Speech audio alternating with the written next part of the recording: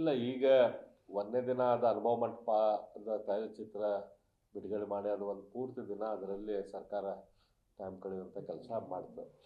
ಅದಾದಮೇಲೆ ಎರಡನೇ ದಿನ ಎಸ್ ಎಂ ಕೃಷ್ಣ ಅವರು ಅಚಾನಕ್ ಮರಣ ಆಗಿದ್ದಕ್ಕೆ ಅವತ್ತಿನ ದಿನ ಮತ್ತು ಅದ್ರ ಮರುದಿನ ಹೋಯಿತು, ಮೂರನೇ ದಿನ. ನಾಲ್ಕನೇ ದಿನ ಲಿಂಗಾಯತ ಪಂಚಮಸಾಲಿ ರಿಸರ್ವೇಷನ್ ಸಂಬಂಧ ಅಲ್ಲಾದಂಥ ಲಾಠಿ ಚಾರ್ಜು, ಹಾಗಾಗಿ ಅದ್ರ ಮರುದಿನ ಅದರಲ್ಲೇ ಹೋದು. ನಿನ್ನೆ ಒಂದು ದಿನ ಮಾತ್ರ ಚರ್ಚೆ ಆಗೈತಿ. ಆ ಚರ್ಚೆಯಲ್ಲಿ ವಕ್ಫ್ ಬಗ್ಗೆ ಸುದೀರ್ಘವಾದ ಚರ್ಚೆ ಆಗೈತಿ.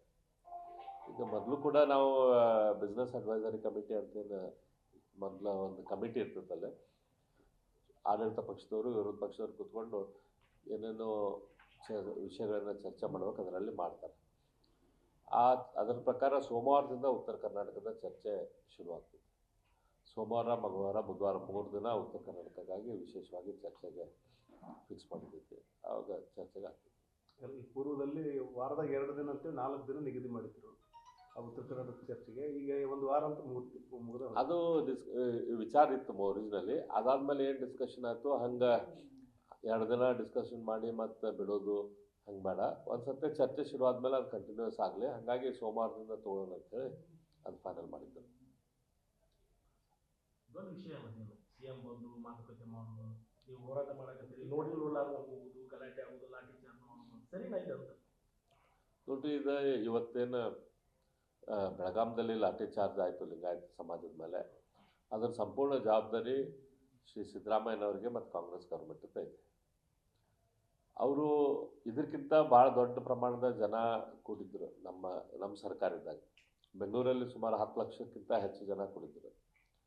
ಅದೇ ರೀತಿ ಬೆಳಗಾಂದಲ್ಲಿ ಕೂಡ ಈ ರೀತಿಯ ಹಿಂದೆ ನಮ್ಮ ಬೇಡಿಕೆಯನ್ನು ಈಡೇರಿಸ್ಬೇಕಂತ ಒತ್ತಾಯ ಮಾಡಿ ಸಮಾಜ ಕೂಡಿದಾಗ ಈಗಿನಕ್ಕಿಂತ 4 ಪಟ್ಟಷ್ಟು ಹೆಚ್ಚು ಜನ ಕೂಡಿದ್ರು. ಆದ್ರೆ ಆವಾಗ ನಮ್ಮ ಸರ್ಕಾರದಾಗ ಮುಖ್ಯಮಂತ್ರಿ ಬೊಮ್ಮಾಯಿಯವರಾಗಲಿ, ಆಮೇಲೆ ಅಲ್ಲಿದ್ದಂಥ ಕ್ಯಾಬಿನೆಟ್ ಸಚಿವರ ಸಿ ಪಾಟೀಲ್ರು ಆಗಲಿ, ಶಂಕರ್ ಮುನೇನಕೊಪ್ಪರು, ಆಮೇಲೆ ನಾವು ಶಾಸಕರಾದ ನಾನು, ಯತ್ನಾಳ್ ಅವರು, ಸಿದ್ದು ಸವಡಿಯವರು, ನಾವೆಲ್ಲರೂ ಸರ್ಕಾರದ ಜೊತೆ ಸತತವಾಗಿ ಕೋಆರ್ಡಿನೇಷನ್ ಮಾಡಿ ಜನರ ಭಾವನೆ, ಸಮಾಜದ ಭಾವನೆ ಸರ್ಕಾರಕ್ಕೆ ತಿಳಿಸಿ ಒಂದು ಮೀಡಿಯಾ ಸೊಲ್ಯೂಷನ್ ಕಂಡುಹಿಡಿಯುವಂತೆ ಮಾಡಿದ್ವಿ. ಆದರೆ ಈ ಸಿದ್ದರಾಮಯ್ಯನವ್ರಿಗೆ ಮತ್ತು ಕಾಂಗ್ರೆಸ್ ಸರ್ಕಾರಕ್ಕೆ ಇದು ಯಾವುದೂ ಕೂಡ ಅವ್ರಿಗೆ ಇಂಟ್ರೆಸ್ಟ್ ಇಲ್ಲ. ಅವ್ರಿಗೆ ಮುಸ್ಲಿಮರನ್ನ ಓಲೈಸೋದು ಬಿಟ್ಟರೆ ಅವ್ರ ಜೀವನದಲ್ಲಿ ಮತ್ತೇನೂ ಅವಶ್ಯಕತೆ ಇಲ್ಲ ಅಂತೇಳಿ ಅವ್ರು ತಿಳ್ಕೊಂಬಿಟ್ಟಾರೆ. ಹಿಂದೂ ಸಮಾಜನೂ ಅವರಿಗೆ ಓಟ್ ಹಾಕೈತೆ ಅನ್ನುವಂಥ ಕಲ್ಪನೆ ಕೂಡ ಅವ್ರಿಗೆ ಇದ್ದಂಗಿಲ್ಲ. ಕೇವಲ ಮುಸ್ಲಿಂ ಸಮಾಜ ಮುಸ್ಲಿಮ್ಸ್ಗೆ ಮಾಡ್ರಿ, ನಮಗೇನು ಮಾಡೋಕ್ಕೆ ಬೇಡ ಅನ್ನೋದಿಲ್ಲ.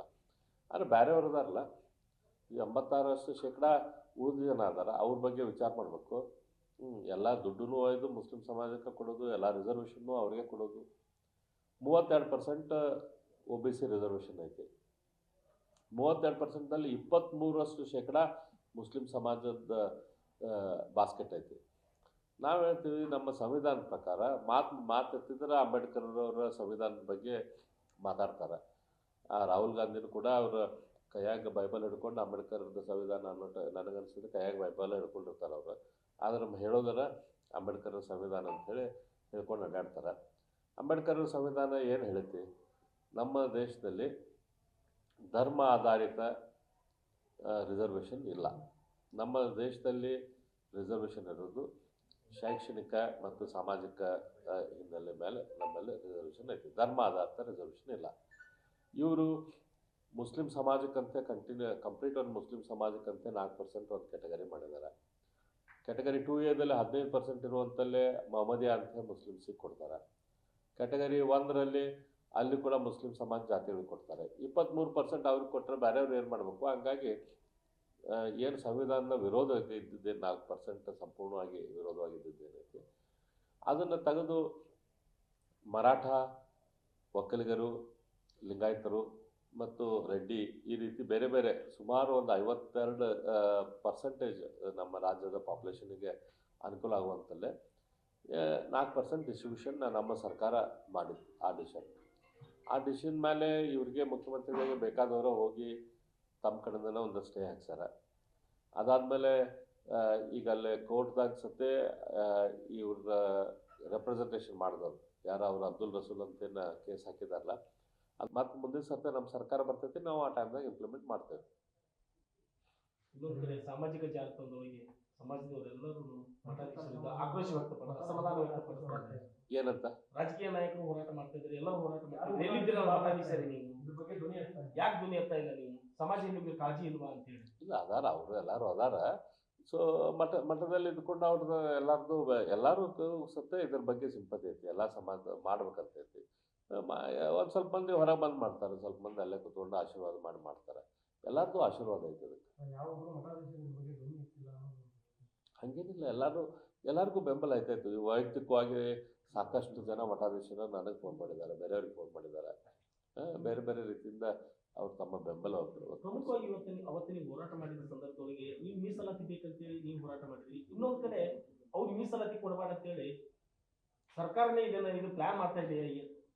ಅವರು ಸಿದ್ದರಾಮಯ್ಯ ಅವರು ನಾಟಕರಿ, ಅವ್ರು ಯಾರೋ ಒಂದು ಸಂಬಂಧ ಇಲ್ಲದ ಒಂದು ಸ್ವಲ್ಪ ಮಂದಿ ಕರೆಸಿ ಅವ್ರ ಕಡೆಯಿಂದ ಮೀಸಲಾತಿ ಹಿಂದುಳಿದವರು ಕರ್ನಾಟಕ ಸರ್ಕಾರದ ಕರ್ನಾಟಕ ರಾಜ್ಯದ ಹಿಂದುಳಿದ ಜನಾಂಗದ ಗುಂಪು ಅಂತ ಏನೋ ಒಂದು ತೊಗೊಂಡಾರ. ನಾವು ಹಿಂದುಳಿದವ್ರದ್ದು ಮೀಸಲಾತಿ ಕೇಳಾತೇ ಇಲ್ಲಲ್ಲ. ನಾವು ಕೇಳಾತಿದ್ದ ಮುಸ್ಲಿಂ ಸಮಾಜಕ್ಕೆ ಏನು 23% ಕೊಟ್ಟಿರಿ, ಅದು ಅನ್ಯಾಯ ಆಗೈತಿ.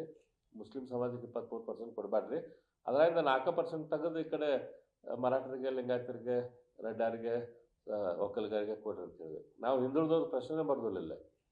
ಅಂದ್ರೆ ಎಷ್ಟು ಇವ್ರು ಪ್ಲಾನ್ ಮಾಡೋದಾದ್ರೂ ಸತ್ಯ ಅದು ಸ್ವಲ್ಪ ಜನರಿಗೆ ಸರಿ ಅನ್ಸೋದು. ಅವರು ಸಿಎಂ ಹೇಳೋ ಪ್ರಕಾರ ಜಯಪ್ರಕಾಶ್ ಹೆಗಡೆ ಏನು ಶಾಶ್ವತ ಹಿಂದುಳಿದ ಅಧ್ಯಕ್ಷರಿದ್ರು, ಅವ್ರ ಅವಧಿಯಲ್ಲಿನೇ ಅದು ಕೊಡ್ಲಿಕ್ಕೆ ಬರಲ್ಲ ಅನ್ನೋ ಒಂದು ರಿಪೋರ್ಟ್ ಕೊಟ್ಟಿದ್ದಾರೆ ಅಂತ ಅವ್ರು ಹೇಳ್ತಿದ್ದಾರೆ. ಅವರು ರಿಪೋರ್ಟ್ ಕೊಟ್ಟಿದ್ರೆ ಎಲ್ಲೈತೆ ಅದು ರಿಪೋರ್ಟ್ ಕೊಡ್ಲಿಲ್ಲ. ಅದೆಲ್ಲೈತಿ ರಿಪೋರ್ಟ್ ಕೊಡ್ಲಿ. ಆಮೇಲೆ ಹಿಂದುಳಿದ ವರ್ಗದ ಆಯೋಗ ಅಡ್ವೈಸರಿ ಇರ್ತದೆ, ಅದು ಬೈಂಡಿಂಗ್ ಅಲ್ಲ ಗೌರ್ಮೆಂಟ್ ಮೇಲೆ, ಬೈಂಡಿಂಗ್ ಅಲ್ಲ. ಸೊ ಅವ್ರದ್ದು ಎಲ್ಲಿ ರಿಪೋರ್ಟ್ ಐತೆ ಅದು ರಿಪೋರ್ಟ್ ಕೊಡಲಿ. ಅದಾದಮೇಲೆ ಇವರೈತಲ್ಲ ಅನೌನ್ಸ್ ಮಾಡಲಿ ನಾಳೆ ವಿಧಾನಸೌಧದಲ್ಲಿ. ಈ ನಮ್ಮ ಕಾಂಗ್ರೆಸ್ ಸರ್ಕಾರದಲ್ಲಿ ಒಕ್ಕಲಿಗರಿಗೆ, ಗೌಡರಿಗೆ, ಲಿಂಗಾಯತರಿಗೆ, ಮರಾಠರಿಗೆ, ರೆಡ್ಡಿಗಳಿಗೆ, ಇದೆಲ್ಲ ಸಮಾಜಕ್ಕೆ ನಾವು ರಿಸರ್ವೇಷನ್ ಕೊಡೋದಿಲ್ಲ ಅಂತ ಅನೌನ್ಸ್ ಮಾಡಲಿ.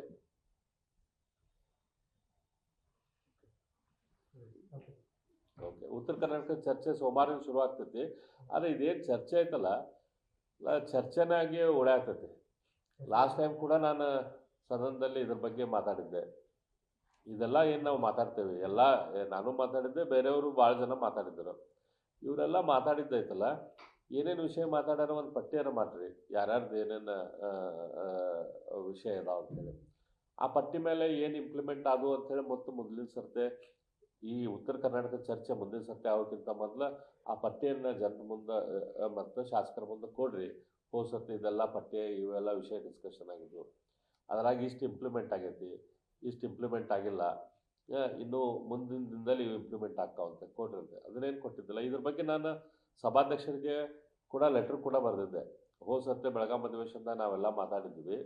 ಅದರಲ್ಲಿ ಏನೇನು ವಿಷಯ ಮಾತಾಡಿದ್ರು ಯಾರು, ಅದರಲ್ಲಿ ಏನೇನು ಇಂಪ್ಲಿಮೆಂಟ್ ಆಯ್ತು, ಏನೇನು ಆಗಿಲ್ಲ, ಇದೆಲ್ಲದ್ರ ಬಗ್ಗೆ ಸ್ವಲ್ಪ ಡಿಟೇಲ್ ಕೊಡ್ರಿ ಅಂತೇಳಿ ಸಭಾಧ್ಯಕ್ಷರಿಗೂ ಕೂಡ ನಾನು ಈಗ ಒಂದು ತಿಂಗಳು 1.5 ತಿಂಗಳಿಂದ ಬರೆದಿದ್ದೆ. ಮುಖ್ಯಮಂತ್ರಿಯವ್ರಿಗೂ ಬರೆದಿದ್ದೆ.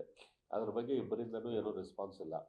ಸೊ ಹಾಗಾಗಿ ಇದು ಉತ್ತರ ಕರ್ನಾಟಕದ ಚರ್ಚೆ ಆಗೋದು ಒಂದು ಇಂಪಾರ್ಟೆಂಟ್. ಚರ್ಚೆ ಮೇಲೆ ಇಂಪ್ಲಿಮೆಂಟು ಆಗಬೇಕು, ಕಾರ್ಯರೂಪಕ್ಕೂ ಬರುವಂಥ ಕೆಲಸ ಆಗಬೇಕು. ಆ ಕಾರ್ಯರೂಪದ ಬರುವಂಥದ್ದು ಕೆಲಸ ಯಾವ ನಮಗೆ ಕಾಣ್ತಾ ಇಲ್ಲ. ನಾನು ನಾಳೆ ಚರ್ಚೆ ಅದನ್ನು ಇನಿಷಿಯೇಟಿವ್ ಮಾಡ್ಬೇಕಾದ್ರೆ ಅವರು ಮುಖ್ಯಮಂತ್ರಿಗಳ ಒಂದು 8 ವಿಷಯ ಹೇಳಿದರು. ಏನೇನು 8 ವಿಷಯ ಉತ್ತರ ಕರ್ನಾಟಕದ ಮಾಡ್ತೇವೆ ಅಂತ ಹೇಳಿದರು. ಅದರಾಗಿ ಏನೇನು ಆಗಿಲ್ಲ ಅನ್ನೋದ್ರ ಬಗ್ಗೆ ನಾನು ನಾಳೆ ಚರ್ಚೆ ಶುರು ಮಾಡ್ಬೇಕಾದ್ರೆ ಅದನ್ನು ಮಾತಾಡ್ತೇನೆ. ಗ್ಯಾರಂಟಿ ನ್ಯೂಸ್, ಸುದ್ದಿ ಖಚಿತ, ನ್ಯಾಯ ನಿಶ್ಚಿತ.